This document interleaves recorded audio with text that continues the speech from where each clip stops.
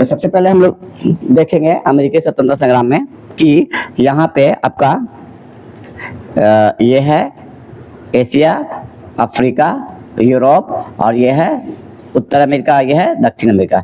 तो जनरली हम लोग इसी अमेरिका की बात करेंगे, उत्तर अमेरिका की बात करेंगे, ठीक। उत्तर अमेरिका इसको यूएसए बोलते हैं, क्या बोलते हैं? यूएसए। और यहाँ पे एक देश है इंग्लैंड, ठीक। तो इसी अमेरिका की खोज किसने किया था? कोलंबस ने। किसने किया था? कोलंबस ने किया था।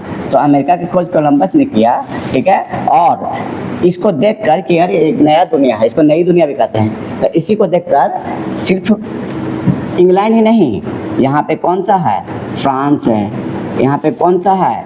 इटली है, ठीक है। यहाँ पे और जर्मनी है, स्पेन भी है, यहाँ पे क्या है? स्पेन भी। तो स्पेन वाला भी चाहा कि हम किसको? अमेरिका को उपनिवेश बना ले, नया जगह खोजा गया है, चलो ना वहाँ पे कुछ हम लोग करते हैं, बिजनेस करते हैं। तो उसको उपनिवेश बोलना कहते हैं ना, किसी पर अधिकार करना उपनिवेश कहलाता है। तो सारा देश क्यों पीछे रहता है? इंग्लैंड अमेरिका को उपनिवेश बनाया, फ्रांस भी उपनिवेश बनाना चाह रहा था, ठीक है। स्पेन भी उपनिवेश बनाता था। यहाँ पे पुर्तगाल है, क्या है? पुर्तगाल। पुर्तगाल भी इसको उपनिवेश बनाना चाहता था, है ना। तो पुर्तगाल, फ्रांस, इंग्लैंड और स्पेन, ये सब साइड में है ना, सब के सब चाहता था कि हम इस अमेरिका को अपना उपनिवेश बना ले। तो यहाँ पे नाम दिया हुआ देखो, डच, स्पेनिश, अंग्रेज इस महाद्वीप पर अपनी सत्ता स्थापित करना शुरू कर दिए। शुरू में स्पेन इस होड़ में सबसे आगे था। सबसे आगे कौन था? स्पेन, क्योंकि स्पेन के देखो इधर, स्पेन सबसे नजदीक है अमेरिका का। अमेरिका के सबसे नजदीक कौन है? स्पेन। तो ये स्पेन पहले सोच रहा था कि हम अमेरिका को अपने कब्जे में कर लें। लेकिन समय बीतने के साथ इंग्लैंड महाद्वीप अकेली शक्ति के रूप में उभर कर आया। तो जब स्पेन से देखा कि इस पे कब्जा हो रहा है, उसी समय इंग्लैंड भी इस पे कब्जा करने के लिए सोच लिया। तो सबसे आगे इंग्लैंड निकल गया, स्पेन को भी पीछे छोड़ दिया, ठीक। उसके बाद है अंग्रेजों ने यहाँ पर 13 उपनिवेश बनाए। कितना उपनिवेश? 13 उपनिवेश बनाए। यहाँ है 13, ठीक है। जिसमें अंग्रेजों द्वारा अपने आर्थिक हितों की पूर्ति एवं औपनिवेशिक सत्ता के स्थायित्व के लिए जनता का शोषण तथा अत्याचार करने लगे, और अपना फायदा के लिए वहाँ के जो जनता है उसका शोषण करने लगा, उस पर अत्याचार करने लगा। अंग्रेजों के अत्याचार और औपनिवेशिक शोषण के विरुद्ध 18वीं सदी के अंत में अमेरिकी निवासियों ने जबरदस्त प्रतिक्रिया दी और ब्रिटिश सत्ता को उखाड़ फेंका। जैसे भारत में हम लोग ब्रिटिश के लिए क्या किए? स्वतंत्रता आंदोलन लड़ रहे थे ना। अमेरिका के लोग के साथ भी यही हुआ था। इंग्लैंड वाले लोग अमेरिका की खोज कर लिया। खोज का मतलब वो पहले से था, लेकिन यहाँ के लोग नहीं जानते थे। तो यहाँ के लोग गए तो देखिए एकदम खाली जगह है, बहुत अच्छा जगह है, यहाँ पे बिजनेस करते हैं। और वहीं के लोगों के साथ बिजनेस करने लगे और उनको अत्याचार करने लगे, उन पे अपना नियम कानून ज़बरदस्ती लादने लगे। तो वहाँ के लोगों में क्या हो गया? असंतोष की भावना जाग गई, है ना। उनको लगने लगा कि शोषण हो रहा है। क्या हो रहा है? शोषण। और यही शोषण के कारण वहाँ पे भी एक क्रांति शुरू हुआ और उसमें ब्रिटिश सत्ता एकदम समाप्त, है ना। 4 जुलाई 1777 ईस्वी को संयुक्त राज्य अमेरिका में स्वतंत्रता दिवस के रूप में मनाया जाता है। 4 जुलाई को स्वतंत्रता दिवस मनाया जाता है अमेरिका में। 1777 में वो अमेरिका आज़ाद हुआ था, ठीक है। कब? 1777 में। देखा जाए तो फ्रांस की क्रांति कब हुई थी? 1789 में। और ये अमेरिका का क्रांति तो उससे भी पहले हो गया। लेकिन ये फ्रांस की क्रांति जितना बड़े लेवल पे नहीं हुआ था, इसलिए फ्रांस की क्रांति को ही सबसे पहला क्रांति माना जाता है। लेकिन अमेरिका की क्रांति फ्रांस से भी पहले हुई थी। अमेरिका की क्रांति 1777 में हुई थी, ठीक है। और वो 1789 में हुआ था, 12 साल, ठीक है। चलो आगे बढ़ते हैं। यह है अमेरिका स्वतंत्रता संग्राम के फोटो है, ठीक है। महत्वपूर्ण तथ्य हम पढ़ेंगे, ठीक। अमेरिका स्वतंत्रता संग्राम की अगुवाई जॉर्ज वाशिंगटन थे। George Washington. वैसे याद रखना, अमेरिका में ज्यादातर नाम में जॉर्ज लगेगा। क्या लगेगा? जॉर्ज। जैसे जॉर्ज तृतीय अमेरिका का उस समय राजा थे। क्या थे? राजा, शासक थे। और जॉर्ज वाशिंगटन थे ना, ये क्रांति करा दिए। और क्रांति कराने के बाद अमेरिका के पहले राष्ट्रपति बने जॉर्ज वाशिंगटन। तो जॉर्ज तृतीय वहाँ के राजा थे, ठीक है। वो इंग्लैंड का था, क्योंकि अमेरिका इंग्लैंड के कब्जे में था। तो जॉर्ज तृतीय भले ही इंग्लैंड का अमेरिका का राजा हो, शासक हो, लेकिन था इंग्लैंड वाला, ठीक। तो जॉर्ज तृतीय इंग्लैंड का शासक था राजा था। और सबसे पहले जो क्रांति हुआ था अमेरिका में, उस क्रांति के बाद जॉर्ज वाशिंगटन वहाँ के पहले राष्ट्रपति बने। तो सवाल है कि अमेरिका के पहले राष्ट्रपति कौन थे? George Washington. यही है जॉर्ज वाशिंगटन। अब हम लोग आगे बढ़ते हैं। अमेरिका में ब्रिटिश औपनिवेशिक साम्राज्य के न्यू इंग्लैंड के सम्राट जेम्स प्रथम के काल में हुई थी। मतलब वहां पे जो शासन किया ब्रिटिश वाला, तब सबसे पहला ब्रिटिश कौन था जो अमेरिका पर शासन किया? तब उसका नाम था जेम्स प्रथम। क्या नाम था? जैसे अमेरिका में जॉर्ज लगता है ना, वैसे इंग्लैंड में प्रथम, द्वितीय, तृतीय और जेम्स ये सब लगते जाता है। क्या लगता है? जेम्स। ठीक है, तो ज्यादातर यहाँ पर जेम्स लगता है और प्रथम, द्वितीय और तृतीय लगता है। तो जेम्स प्रथम यानी पहला, जेम्स प्रथम जो था वो सबसे पहली बार अमेरिका को अपना उपनिवेश बनाया था। तो ये आ गया जेम्स प्रथम। अमेरिकी स्वतंत्रता संग्राम की शुरुआत 1776 को हुई और 1783 को खत्म हुई। 1773 को शुरू हुआ, अभी बोले थे 77 ना, 77 तो मेन क्रांति ना है। ठीक है, आज़ाद हुआ था उस दिन। मतलब ये कि स्वतंत्रता की जो अमेरिका की स्वतंत्रता है संग्राम, वो 1776 से शुरू हुआ था और 1778 तक चला। तो कितना? 77, 78 है ना। अगर 76 में भी शुरू हो गया तो लगभग 2.5 साल मान सकती हो, है ना, है ना। 83, सॉरी हम 78 पढ़ लिए है ना, 83, 1776 में शुरू हो गया, 1783 में खत्म हुआ, यानी लगभग 700 साल, 7 साल है ना। कितने साल? 7 साल चला था। अच्छा, बोस्टन की चाय पार्टी का तत्कालिक कारण बना जिसका सैमुअल एडम्स था। बोस्टन एक जगह है अमेरिका में, बोस्टन एक जगह है, वहाँ पे चाय की पार्टी चल रही थी। ठीक है, चाय वाय जानते हैं जो हम लोग पीते हैं, पार्टी चल रही थी। और उस बोस्टन की चाय पार्टी का नेता कौन था? Samuel Adams. क्या था? सैमुअल एडम उसका नेता था। तो चाय पार्टी का नेता सैमुअल एडम्स था। बोस्टन अमेरिका में है, वहाँ पे चाय पार्टी चल रही थी। वहाँ पे कुछ ऐसा हो गया जिसके कारण अमेरिका के जो लोग हैं वो ब्रिटिश से झगड़ा कर दिए, और यही क्रांति का तात्कालिक कारण बना। तात्कालिक कारण का मतलब अंतिम रूप से जो कारण था, वैसे तो जनता पहले ही से असंतोष थी, लेकिन जो मेन रूप से जिस दिन तलवार उठा दिए क्रांति के लिए, वो बोस्टन की चाय पार्टी थी। ठीक, तो बोस्टन की चाय पार्टी इसका प्रमुख कारण था। थोड़ा सा देखेंगे बोस्टन की चाय पार्टी के बारे में। सैमुअल एडम्स का फोटो दिया हुआ है। ठीक है, कहता है विश्व में धर्मनिरपेक्ष राज्य की स्थापना अमेरिका में हुई थी। धर्मनिरपेक्ष राज्य किसको बोलते हैं? वह राज्य, वह देश जहां कोई भी धर्म लोग अपना सकते हैं, किसी विशेष धर्म की मान्यता नहीं है, उसे क्या बोलते हैं? धर्मनिरपेक्ष या सेकुलर। बताओ तो भारत धर्मनिरपेक्ष राज्य है कि नहीं है? भारत एक धर्मनिरपेक्ष राज्य है, लेकिन सबसे पहला धर्मनिरपेक्ष कौन था? अमेरिका। दुनिया में इसके पहले धर्मनिरपेक्ष क्या होता है कोई नहीं जानता था, तो सबसे पहला धर्मनिरपेक्ष वाला राज्य अमेरिका। फिर कहता है प्रजातंत्र की स्थापना सबसे पहले अमेरिका में हुई। प्रजातंत्र या लोकतंत्र किसे कहते हैं? लोकतंत्र जनता का, जनता के लिए, जनता द्वारा शासन है। इसे अमेरिका के भूतपूर्व राष्ट्रपति ने ही, अब्राहम लिंकन ने परिभाषा दिया था इसका। तो अमेरिका में ही सबसे पहले प्रजातंत्र की शुरुआत हुई। जब परिभाषा अब्राहम लिंकन दिए अमेरिका के, तो इसका मतलब आइडिया भी उन्हीं का था ना। तो दुनिया में सबसे पहला डेमोक्रेसी, प्रजातंत्र या लोकतंत्र अमेरिका में शुरू हुआ। भारत में क्या है? कौन सा तंत्र है? लोकतंत्र है। वैसे एक राजतंत्र भी होता है, ठीक है, और एक लोकतंत्र होता है, और भी बहुत सारा तंत्र होता है, लेकिन भारत में क्या है? लोकतंत्र है। लोकतंत्र का ही दूसरा नाम प्रजातंत्र बोल सकते हैं, या तीसरा नाम डेमोक्रेसी बोल सकते हैं। अगला क्वेश्चन है, दुनिया में सर्वप्रथम लिखित संविधान 1789 में यहीं पर लागू हुआ। अच्छा, संविधान क्या होता है? संविधान का मतलब कुछ नियम और कानून होता है जिससे देश चलता है।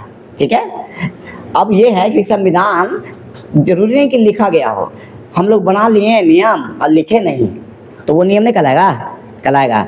तो संविधान बहुत पहले से चला रहा था, सब देश में था, इंग्लैंड में भी था, लेकिन अमेरिका वाला क्या किया? उसको लिख दिया। क्या किया? सारा नियम कानून को लिख दिया। तो सब दुनिया का सबसे पहला लिखित संविधान, संविधान नहीं, संविधान तो सब जगह था, लिखित संविधान सबसे पहले अमेरिका में शुरुआत हुआ। और दुनिया का सबसे बड़ा लिखित संविधान भारत का है।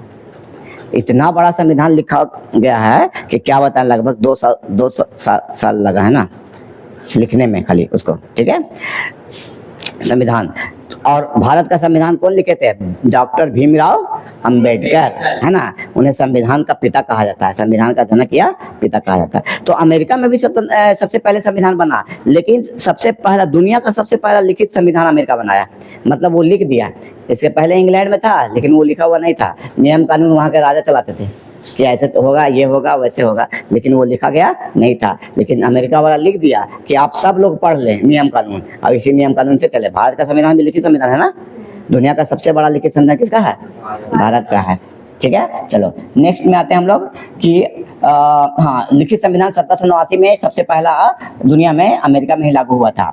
1 जनवरी 1863 को अब्राहम लिंकन के द्वारा दास प्रथा का उन्मूलन किया गया।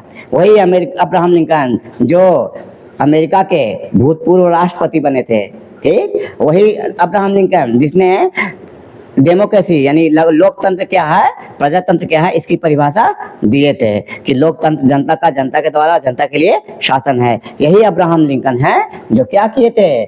सबसे पहले दास प्रथा उन्मूलन किए थे।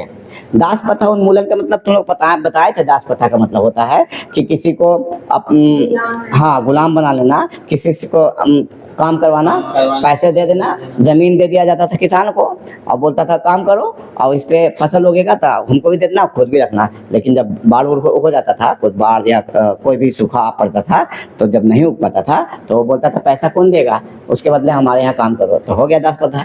ठीक है, तो एक होता था कि बेचारा गरीबी के कारण पैसा किसी तरह से उसके पैसा को रखता था, ठीक है, लेता था और वापस नहीं कर पाता था, तो इस कारण से उनको दास बना लिया था पहला। दूसरा दास प्रथा ये भी था कि जो बेचारे कई गरीब लोग हैं उनको बोला जाए कि चलो हमारे यहाँ काम करो, हम पैसा देंगे, और बहुत कम पैसे में उसे वैसे काम कराता है, तो ये भी दास प्रथा है। तो क्या होता था, ये इंग्लैंड वाला जो तुमको हम बताए थे, इंग्लैंड वाला ये वाला पार्ट जो है, ये इंग्लैंड वाला पार्ट है, ठीक है।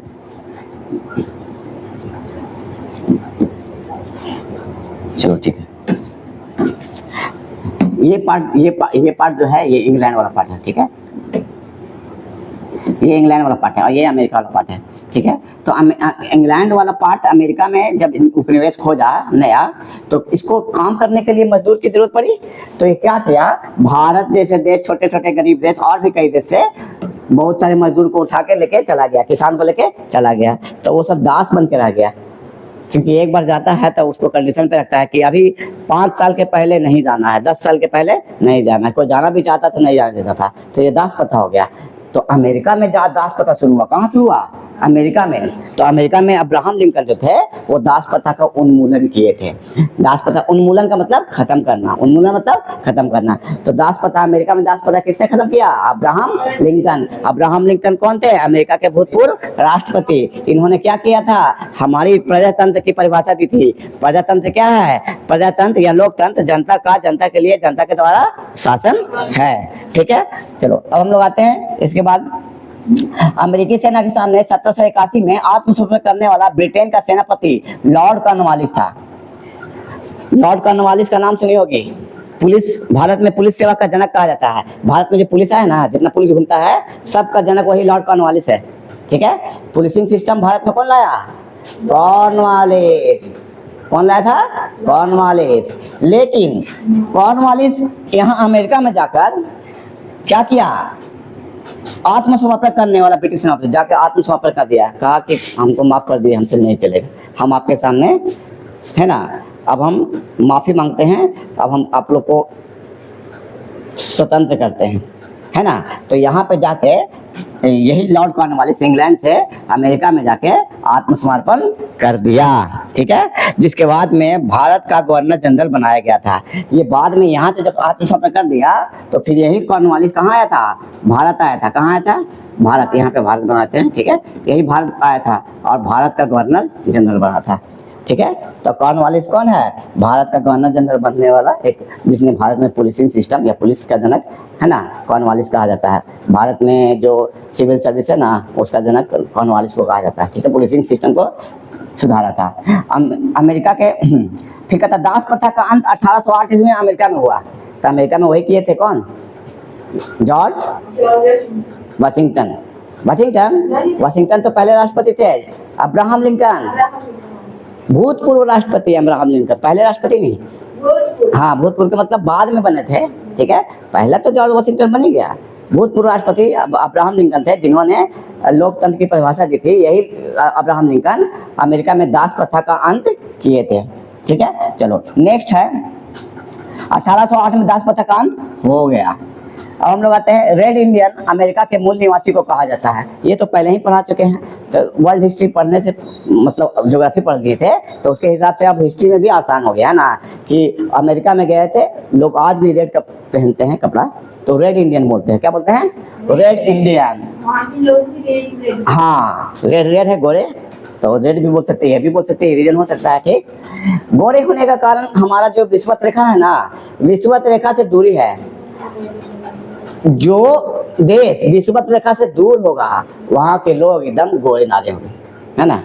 और जो विषुवत रेखा के नजदीक होगा वहाँ के लोग एकदम बिल्कुल काले सावले होंगे। जैसे अफ्रीका के लोग है ना, वो व्हाइट नहीं हो सकते हैं। क्यों? क्योंकि वे इक्वेटर के पास है।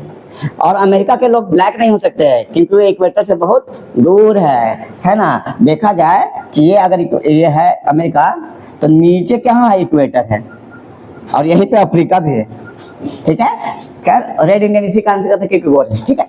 नेक्स्ट है, इसी दौरान अब्राहम लिंकन सुप्रसिद्ध कॉलेजी कथन सामने आया, लोकतंत्र जनता का, जनता के द्वारा या जनता के लिए शासन है। अब्राहम लिंकन का ये बड़ा परिभाषा, ठीक है, तो हम बता ही दिए थे, ठीक है। चलो नेक्स्ट है, अमेरिकी स्वतंत्रता संग्राम के कारण, क्यों आखिर में स्वतंत्रता संग्राम हुआ था? तो बहुत सारे कारण हैं। हम लोग समाज में रहते हैं तो कुछ समाज में गड़बड़ी हो जाता है, तो क्या होता है? क्रांति होता है। तो पहला है सामाजिक कारण, ठीक। कभी कभी हम लोग पूजा पाठ वाला बात कर देते हैं, हम हिंदू धर्म, वो मुस्लिम धर्म, तो धार्मिक कारण भी स्वतंत्रता का कारण हो सकता है। संग्राम का कारण क्या? धार्मिक कारण भी हो सकता है, सामाजिक कारण भी हो सकता है, आर्थिक कारण। कभी कभी कोई हमसे इतना शोषण करता है कि खाने पीने के लिए कुछ नहीं बचता हमारे पास, तो क्या करते हैं? पैसा अगर नहीं बचे तो इसे क्या बोलते हैं? आर्थिक कारण। तो आर्थिक कारण भी हो सकता है इसका कारण, ठीक है। और उसके बाद राजनीतिक कारण। राजनीतिक कारण कि हमारा नेता कभी कभी ऐसा डिसीजन ले लेता है जिसके कारण हम लोग क्या करते हैं? क्रांति छेड़ देते हैं, तो राजनीतिक कारण भी वहां पे था। बौद्धिक कारण। बौद्धिक कारण में क्या होता है कि जब अगर कोई देश में कोई इंसान पढ़ा लिखा हो जाए, तो पढ़ लिख ले तो वो बन जाता है सीधा फिलोसफर। क्या बनता है? फिलोसफर। उसको दार्शनिक बोलते हैं। क्या बोलते हैं? दार्शनिक। तो बताए थे मोंटेस्क्यू था, जॉन लॉक था, ये सब क्या था? दार्शनिक था। इन्हीं सब विचारों से लोगों को ये क्या करते थे? प्रेरित कर देते हैं कि हमारे साथ शोषण हो रहा है, तुम्हें नहीं दिख रहा है, तो लोग भी समझने लगते हैं कि हाँ ये तो सच है। बस इन दार्शनिक के कारण, इन बौद्धिक कारण, इनको बौद्धिक कारण बोलते हैं, बौद्धिकों के कारण क्रांति हो जाता है। अगर ये नहीं आए तो कोई क्रांति करने के लिए नहीं जाए। क्यों? साधारण जनता में इतना हिम्मत नहीं है कि वो क्रांति छेड़ दे। कोई ना कोई बौद्धिक कारण होता है, कोई ना कोई दार्शनिक होता है जो सबको प्रेरित कर देता है क्रांति करने के लिए, ठीक है। भौगोलिक कारण। भौगोलिक कारण ये है कि देखो यहाँ अमेरिका है, यहाँ अमेरिका है यहाँ पे, और इंग्लैंड है यहाँ पे। ये इतना दूर है कि आना जाना कंट्रोल करना इंग्लैंड के लिए काफी मुश्किल था, तो इसको बोलते हैं भौगोलिक कारण। दूर रहने के कारण यहाँ के लोग कुछ भी करने लगे, ठीक है। और जब वो लोग आते थे तो क्रांति छेड़ने में कोई प्रॉब्लम नहीं था, और यहाँ के लोगों को काफी मौका मिल जाता था, बैठ के बातचीत कर ले, गुट बना ले, और उसके बाद बोले कि हाँ हम लोग इस बार इंग्लैंड वाला आएगा तो हम लोग क्रांति कर देंगे। तो दूरी के कारण ना क्रांति हो गया, ठीक। अच्छा, और उसके बाद है मध्यम वर्ग का उदय। मध्यम वर्ग मतलब वही पढ़ा लिखा, अमीर लोग पढ़ा लिखा लोग, ये मध्यम वर्ग होता है ना। उसके बाद है स्वतंत्रता एवं आत्मविश्वास की भावना। लोगों में स्वतंत्रता एवं आत्मविश्वास की भावना आ गई थी। जैसे ही बौद्धिक कारण बना ना, जैसे दार्शनिक आया ना, दार्शनिक लोग प्रेरित कर दिया कि हम लोग क्या कर रहे हैं, किसी के अंदर हम लोग शोषण हो रहा है हम लोग का, हम लोग जागे, है ना, पुनर्जागरण करें। तो यहाँ के लोगों में आत्मविश्वास की भावना बढ़ गई, और स्वतंत्रता के लिए। और धार्मिक कारण और सामाजिक संरचना में अंतर। वहाँ का सामाजिक संरचना में अंतर था, ठीक है। अंतर ये था कि देखो, एक तो गरीब लोग, पहले लोग जो रहते थे वो गरीब थे, और अंग्रेज लोग जो आता था वो लोग अमीर होता था, ठीक है। तो सामाजिक संरचना अलग अलग था, इस कारण से भी हो सकता है। अच्छा, उपनिवेशों की दयनीय आर्थिक स्थिति। जो उपनिवेश थे यानी कि जो अमेरिका के मूल निवासी थे, ठीक है, उनको स्थिति दयनीय थे। क्यों? ब्रिटिश लोग आता जरूर था लेकिन ध्यान नहीं देता था, सिर्फ अपना बिजनेस करने के लिए आता था, अपना फायदा करके चला जाता था। तो इन लोग की स्थिति दयनीय हो गई थी। किसकी? अमेरिका के लोगों की। उपनिवेश बोला जाता है उसको, क्या बोलते हैं? क्योंकि अमेरिका में इंग्लैंड का क्या है, वो शासन है, और रह रहे हैं लोग अमेरिका के लोग, मूल निवासी रह रहे हैं, इसलिए अमेरिका के लोगों को बोलेंगे उपनिवेश। क्या बोलेंगे? उपनिवेश। अच्छा, जॉर्ज तृतीय का निरंकुश शासन, तो उस समय किसका शासन था? जॉर्ज तृतीय। जॉर्ज तृतीय कहाँ का होगा? इंग्लैंड का। शासन कहाँ कर रहा है? अमेरिका में। निरंकुश शासन, निरंकुश मतलब वो अपने में इतना बिजी रहता था कि जनता की खराब स्थिति को उसे दिखा ही नहीं कभी। ठीक, उसके बाद कहता है उपनिवेशों की प्रशासनिक व्यवस्था। उपनिवेश की प्रशासनिक व्यवस्था जो अच्छा नहीं था, प्रशासन अगर ठीक रहता, टाइट रहता, तो वहाँ पे उपनिवेश कुछ भी नहीं कर सकते थे, लेकिन प्रशासन वो इतना ढीला था कि उपनिवेशों को मौका मिल गया गुट बनाने का, है ना। अब एक साथ जब मिल गए बहुत सारे लोग, तो क्रांति तो छिड़ना ही छिड़ना है। उसके बाद है सप्तवर्षीय युद्ध का प्रभाव। देखो अमेरिका, इंग्लैंड जो है ना, इंग्लैंड अमेरिका के साथ तो उसका तो चल ही रहा था उपनिवेशवाद। ये इंग्लैंड का, ये फ्रांस है ना, यहाँ पे फ्रांस के साथ 7 साल युद्ध हुआ। कितने साल? 7 साल युद्ध। तो 7 साल युद्ध इसी को बोलते हैं सप्तवर्षीय युद्ध। क्या बोलते हैं? अब बताओ, एक तो इंग्लैंड को जाना है अमेरिका, वहां पे कंट्रोल करना है, और हम क्या कर रहे हैं? फ्रांस से युद्ध कर रहे हैं 7 साल। तो 7 साल फ्रांस से युद्ध करेगा तो जैसे ये वाला पार्ट पे भी कंट्रोल कर रहा है इंग्लैंड ना, तो अगर इंग्लैंड फ्रांस से अगर हार जाएगा, खराब स्थिति हो जाएगा, पूरा उसको लड़ने में पैसा हार जाएगा, तो बताओ अमेरिका की स्थिति खराब होगा कि नहीं? क्योंकि फ्रांस ही कंट्रोल कर रहा है अमेरिका को। अब चलिए, इंग्लैंड ही कंट्रोल कर रहा है अमेरिका को। अब इंग्लैंड लड़ रहा है फ्रांस से युद्ध, 7 साल युद्ध में इंग्लैंड का तो हानि हुआ, और इधर से अमेरिका का भी हानि हो गया। तो सप्तवर्षीय युद्ध जो है ना, इसके कारण भी क्रांति अमेरिका में हो गई। उसके बाद है बोस्टन की चाय पार्टी। ये तो मेन है, बोस्टन की चाय पार्टी हम लोग पढ़ेंगे स्पेशल, क्या हुआ था उस दिन। ठीक, चलो नेक्स्ट है सामाजिक धार्मिक कारण। ठीक है, ये तो बता ही चुके हैं कि वहां पर क्या हुआ था, डायरेक्ट पढ़ दे रहे हैं। ठीक है, जल्दी जल्दी समझ जाना। ठीक है, क्रांति का आरंभ होने से पूर्व ही अमेरिका में सशक्त माध्यम का उदय हो चुका था। इसके अंतर्गत शिक्षित धनी व्यक्ति थे, वे स्वतंत्र और प्रगतिशील विचारों के थे। उसमें शैक्षणिक क्षमता और रंग कुशलता भी थी। उपनिवेशों के शोषण और राजनीतिक अधिकारों से वंचित किए जाने से उद्युक्त होकर स्वतंत्रता एवं समानता की भावना का प्रचार कर रहे थे।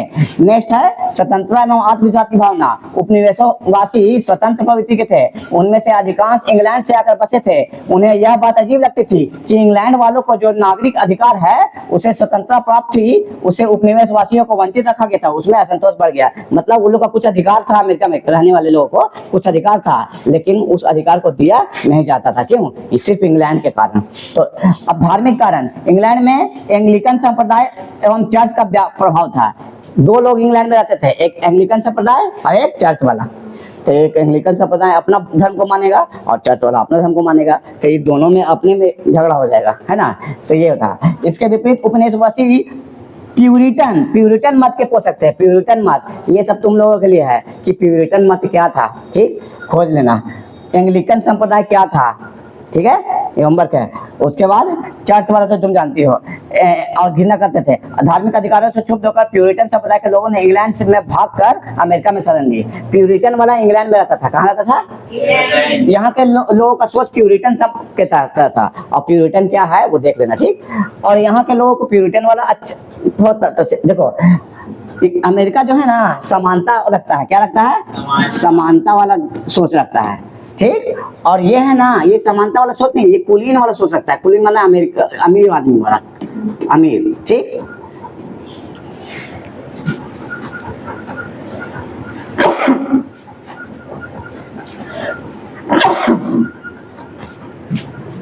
चलो ठीक है, ये कुलीन बना।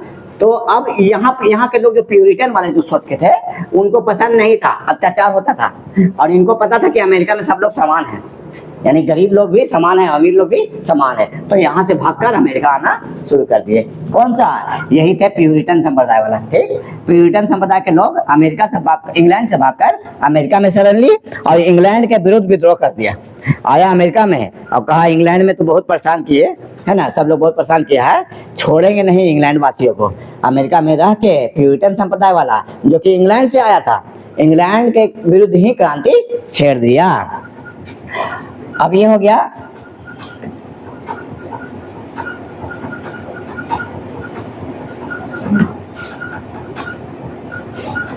सामाजिक संरचना में अंतर, इंग्लैंड और उपनिवेशों की सामाजिक संरचना में मूलतः अंतर था। इंग्लैंड में सामंतवादी व्यवस्था, कौन सा?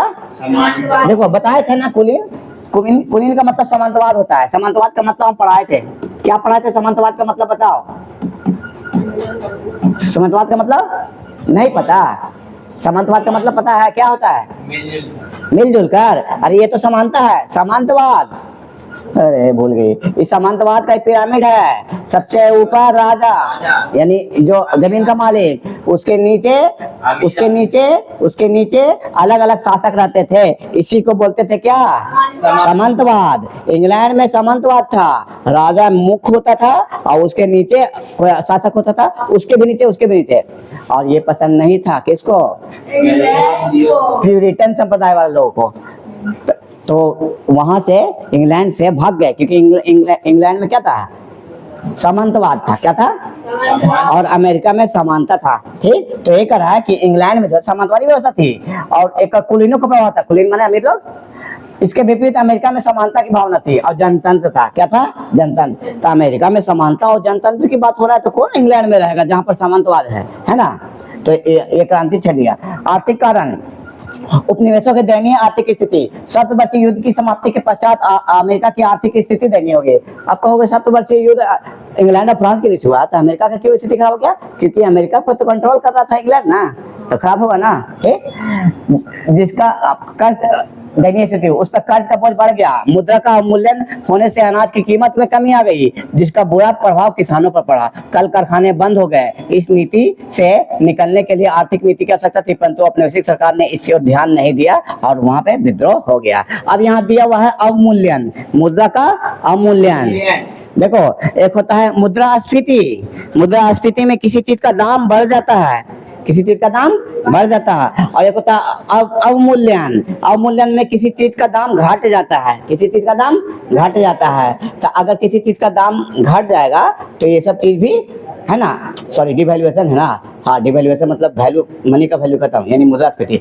ये भी मुद्रास्फीति है। ठीक, मतलब दाम किसी चीज का बढ़ जाना है ना, वैल्यू घट जाना, पैसा का वैल्यू घट जाना। अवमूल्यन मतलब है ना, पैसा का वैल्यू घट जाना।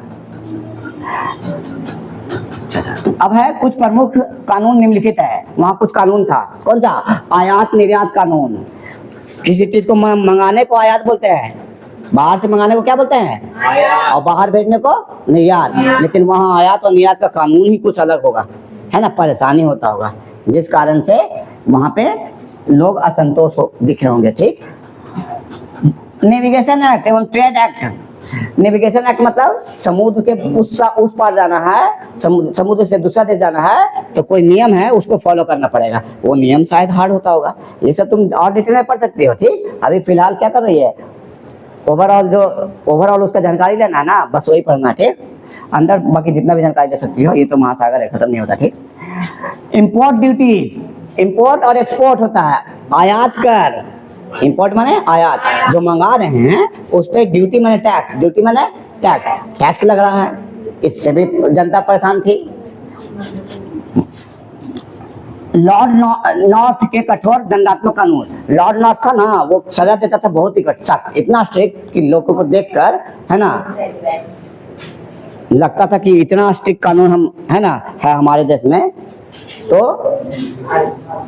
आपका था राजनीतिक कारण। राजनीतिक कारण में कौन है? जॉर्ज तृतीय का निरंकुश शासन। जॉर्ज तृतीय का निरंकुश शासन। निरंकुश किसको बोलते हैं? जिसपे कोई अंकुश ना लगे उस शासन को निरंकुश शासन कहते हैं। जैसे हिटलर है ना, ये सब क्या था? तानाशाह था। निरंकुश शासन इन लोग का था। निरंकुश मतलब कोई भी बोल नहीं सकता है। ठीक है, हालांकि हिटलर तो अपने देश के लिए बहुत कुछ किया था। प्रॉब्लम यह है कि करता भी था लेकिन सबको कंट्रोल करके, और कंट्रोल करना है तो एकदम क्या करना है, हिटलर की तरह बनना है, ये नहीं करना है, वो नहीं करना है ना। तो निरंकुश शासन का मतलब हो गया कि अपने मन में जो कह रहा है वहाँ का शासक कर रहा है, जनता की भलाई नहीं कर रहा है। तो निरंकुश शासन। जॉर्ज तृतीय कैसा था? निरंकुश शासक था। कैसा था? निरंकुश शासक था। वो अपने प्रजा पर ध्यान नहीं देता था। उपनिवेशों की प्रशासनिक व्यवस्था। उपनिवेश कौन हो गया? अमेरिका। अमेरिका का प्रशासनिक व्यवस्था अच्छा नहीं था। अब इंग्लैंड को उतना दूर से आना पड़ता था अमेरिका का पर शासन चलाने के लिए, तब प्रशासनिक व्यवस्था मजबूत होगा कि कमजोर होगा? कमजोर ही होगा, है ना। तो उनकी व्यवस्था काफी कमजोर थी, न्याय व्यवस्था काफी कमजोर थी, ठीक है। इंग्लैंड के राजा द्वारा नियुक्त गवर्नर होता था और जिसके विशेषाधिकार प्राप्त थे, लेकिन वह उपनिवेशवासियों के प्रति उत्तरदायी नहीं था। हाँ, इंग्लैंड वाला गवर्नर भेजता था, इंडिया में भी भेजता था और अमेरिका में भेजा था, लेकिन कोई वो ध्यान नहीं देता था, ठीक। उसके बाद है सप्तवर्षीय युद्ध। बताते हैं कि इंग्लैंड का फ्रांस के साथ 7 साल का युद्ध हुआ, जिसे सप्तवर्षीय युद्ध कहा जाता है। 1756 से 63 के बीच ये हुआ था। कनाडा में फ्रांसीसियों को अकेले मुकाबला नहीं कर सकते। सप्तवर्षीय युद्ध में फ्रांस बुरी तरह पराजित होकर अमेरिका से हार गया, लेकिन सप्तवर्षीय युद्ध जो था ना, वो फ्रांस हारा था। अभी प्रॉब्लम ये है कि अमेरिका से हारा था, और हम बताते हैं सप्तवर्षीय युद्ध इंग्लैंड से हो रहा है, तो ये अमेरिका कहाँ से आ गया? इंग्लैंड अमेरिका अलग है नहीं ना। इंग्लैंड के व्यक्ति ही है ना, शासन चल रहा है ना अमेरिका पे। तो अमेरिका से लड़ा फ्रांस, हारा, चाहे इंग्लैंड से हारा, बात एक ही है, ठीक है।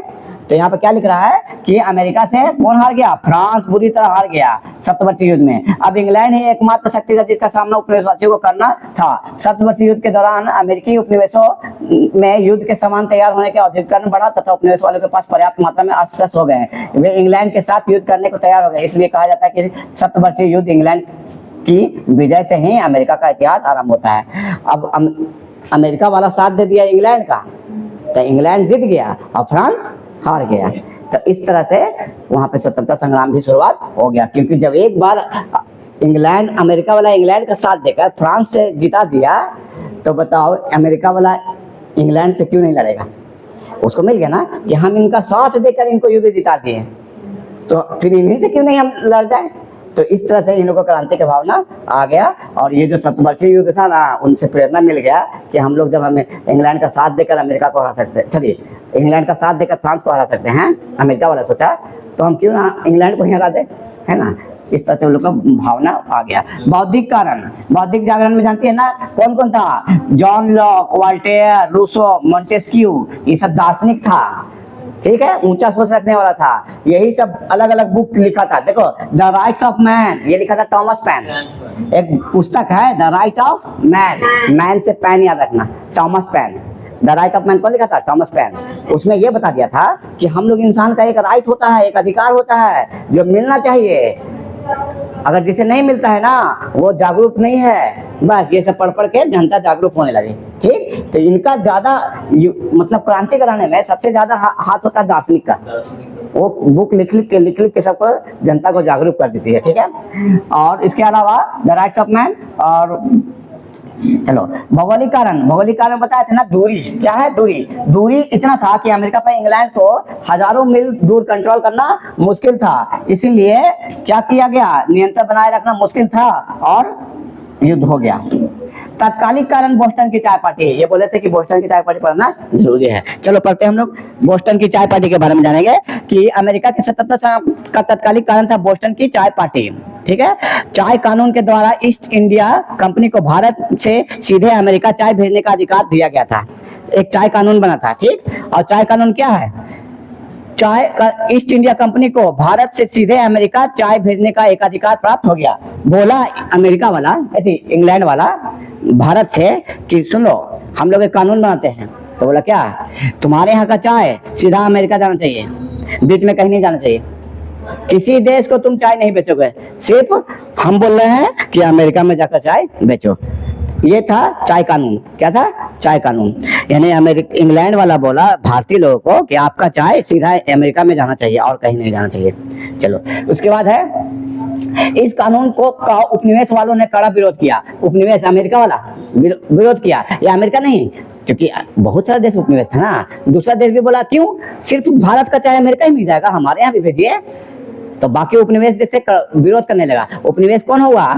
इंग्लैंड का ही कोई अंदर में होगा, सिर्फ अमेरिका पे थोड़ी उपनिवेश बनाया था, बहुत सारे को बनाया था ना। तो दूसरा उपनिवेश वाला बोल दिया कि हमारे यहाँ क्यों नहीं भेज रहे हैं, भारत का चाय सिर्फ अमेरिका ही क्यों जाएगा, भारत का चाय हमारे यहाँ भी आना चाहिए ना। इसी चाय कानून में विरोध करने लगा उपनिवेश। 1773 में कंपनी की चाय से लदे जहाज अमेरिका के बोस्टन बंदरगाह पर पहुंचे। उपनिवेशवासी सरकार द्वारा चाय पर कर लगाए जाने से क्रोधित थे। जहाजों के बंदरगाह में पहुंचने पर बोस्टन के नागरिकों ने आदिवासियों के वेश में चाय की बोस्टन का नागरिक आदिवासी बनकर चाय की पेटियां समुद्र में फेंक दी। यह घटना बोस्टन की चाय पार्टी से विख्यात है। अब देखो, अमेरिका का ही साधारण लोग, कौन सा लोग? साधारण लोग, जब भारत से लदा हुआ चाय आया तो वहां की सरकार पैसा कमाने के लिए टैक्स लगा दिया कि टैक्स देना पड़ेगा। और जब अमेरिका के लोग व्यवसायी मंगवाते थे तो टैक्स कौन देगा बताओ? अगर अमेरिका में हम रहते हैं, हम बिजनेस कर रहे हैं, हम साधारण इंसान हैं अमेरिका के, और हमसे भारत से चाय मंगवा रहे हैं और हमारा सरकार कह दे कि टैक्स लगेगा, तो हमको तो सरकार को टैक्स देना पड़ेगा। तो हम तो परेशान हो जाएंगे कि एक तो मंगवा भी रहे हैं सामान, उसमें पैसा लग रहा है और हमारी सरकार टैक्स लगवा दे रही है। वही अमेरिका में हुआ। अमेरिका से जो भारत से जो चाय गया था अमेरिका में, वहाँ पे बीच में टैक्स लगा दिया वहाँ की सरकार, अमेरिका की सरकार, यानी इंग्लैंड ही। अब टैक्स लगा दिया तो ये लोग परेशान था कि कर नहीं देंगे। तो अब इससे गुस्सा, वहाँ के साधारण लोग गुस्सा में हो गए, तो वो आदिवासी के भेष बदल कर और बोस्टन जगह है वहाँ से सारा चाय निकाल कर समुद्र में फेंक दिया, पानी में फेंक दिया, सारा फेंक दिया, बहा दिया। इसी को बोलते हैं बोस्टन की चाय पार्टी की घटना। ठीक है, चाय की पेटियां समुद्र में फेंक दी। ठीक है, प्रतिक्रिया में सरकार ने बोस्टन बंदरगाह को व्यापार के लिए बंद कर दिया। अब इंग्लैंड वाला सरकार गुस्सा में हो गया कि इतना चाय बर्बाद, जाओ ये बोस्टन बंद हो जाएगा, अब नहीं चलेगा। ठीक, तब बोस्टन बंद कर दिया और दमनकारी कानून लागू कर दी। इस घटना से स्वतंत्रता संग्राम बिगुल बजा दिया। अमेरिकी स्वतंत्रता संग्राम के विभिन्न चरण, बस वहाँ के साधारण लोग क्रांति कर दिया कि हम लोगों को क्या किए हैं, चाय जो होता था बिजनेस, वो पूरा सरकार बंद कर दिए हैं। क्यों बंद कर दिया था? क्योंकि बोस्टन की चाय पार्टी की घटना कर दिया था ये लोग चाय को समुद्र में फेंक दिया था।